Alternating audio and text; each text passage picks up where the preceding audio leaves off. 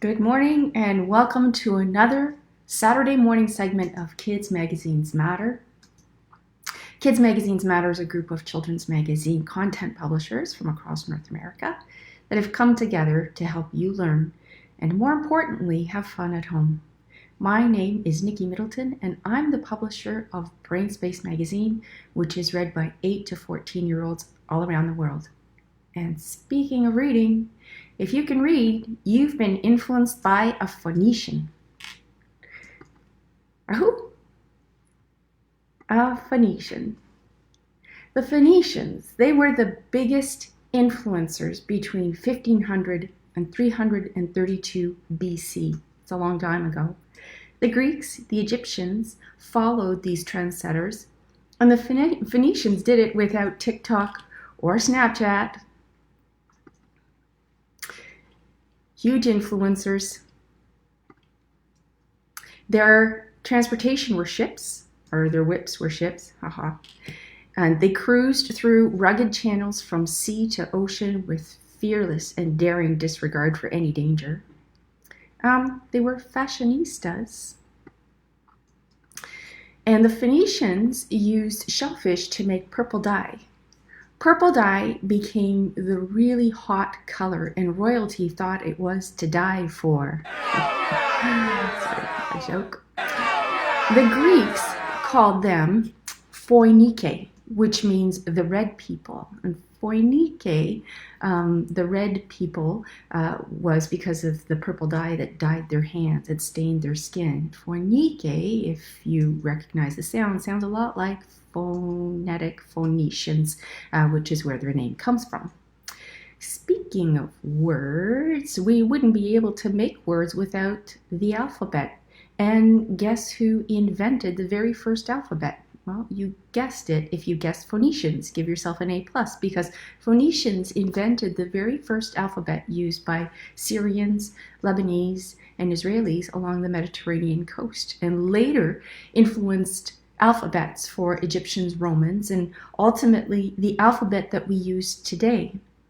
Their small and simple 22-letter Phoenician alphabet inspired people to learn to read and write, and during their huge travels by their very cool ships, the Phoenicians spread their alphabets to other civilizations like the Greeks and the Romans, and today Hebrew, Arabic, and English alphabets are a debt that we owe to the Phoenicians.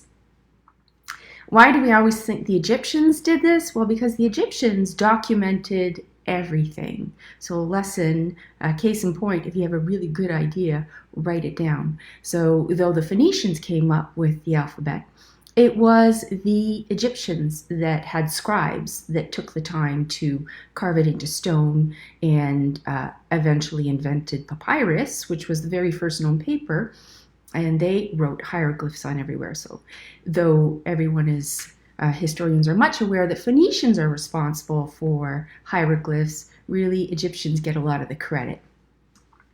So we thought it would be fun today to teach you how to make a decoder wheel that is made with a hieroglyph chart that's available at brainspacemagazine.com. If you haven't downloaded it already, you're welcome to go later. I'm going to post this video below, and you can download your own decoder wheel and hieroglyph chart, and make a decoder wheel with it. Why would you want to make a decoder wheel?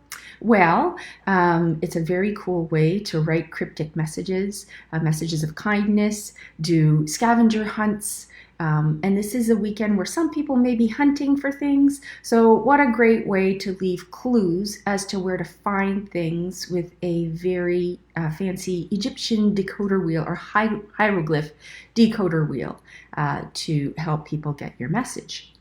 So I'm going to show you a video on how to make a decoder wheel. Here we go. So you're going to get a compass to draw 2 circles. And don't worry, if you don't have a compass, you can have a smaller sheet of paper than this. Just 2 bowls will do the trick. You need a bigger bowl and a smaller bowl. So draw 2 circles the same size. Cut them out. And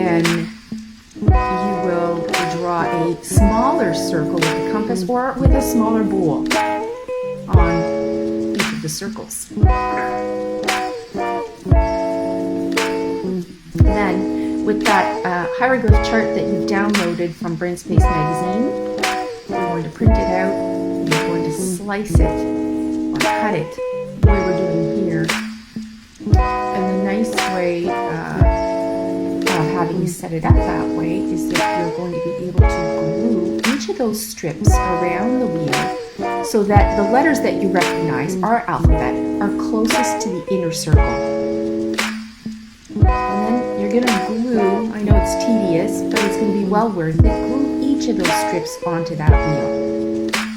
Then you're going to, again, that smaller bowl, draw a tiny mark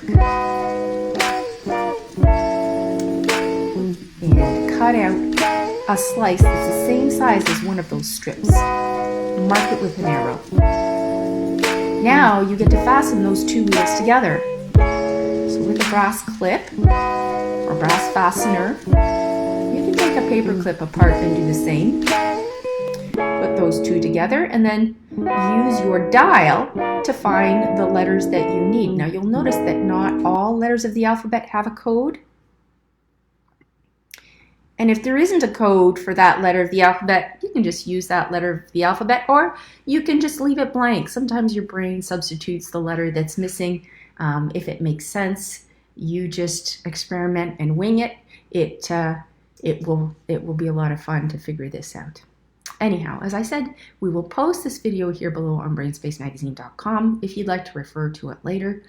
Do try this decoder wheel. I'm asking you to try it because it's a lot of fun, and the really great thing about it also is that it fires synapses in your language, in the language part of your brain, to keep that humming and keep it really busy and keep you learning.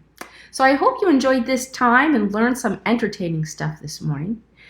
Check in here at Kids Magazines Matter for next week's topic. I'm thinking maybe a flower dissection, learning parts of flowers, or making a fossil, maybe some crystallography, or if you have an idea, how about you leave a comment below, pick one of the ideas I suggested, or suggest something altogether different. And we'll see you, hopefully, next week on Kids Magazines Matter. Until then, have a wonderful weekend, keep your brain humming, and I hope to see you soon.